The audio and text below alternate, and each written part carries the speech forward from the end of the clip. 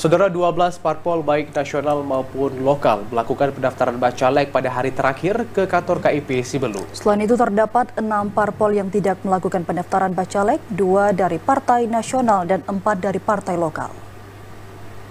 Hingga hari terakhir dibukanya pendaftaran bakal calon legislatif pada 14 Mei kemarin, sebanyak 18 parpol telah melakukan pendaftaran bacalek ke kantor KIP Simelu, terdiri dari 16 partai politik, peserta pemilu nasional, dan 2 partai politik lokal.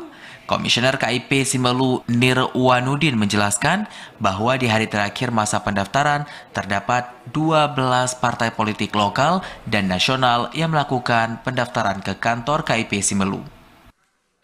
Sampai jam 23.59 ada 18 partai politik lokal dan nasional yang mendaftar di Kabupaten Simelu.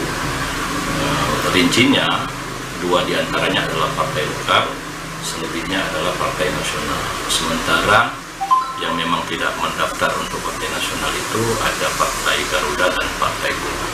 Selebihnya itu partai lokal. Dari 18 partai politik yang mendaftar, terdapat 2 partai lokal yang mendaftar bacalek. Selain itu, 6 partai peserta pemilu tidak melakukan pendaftaran bacalek, yakni terdiri dari 2 partai nasional dan 4 partai lokal.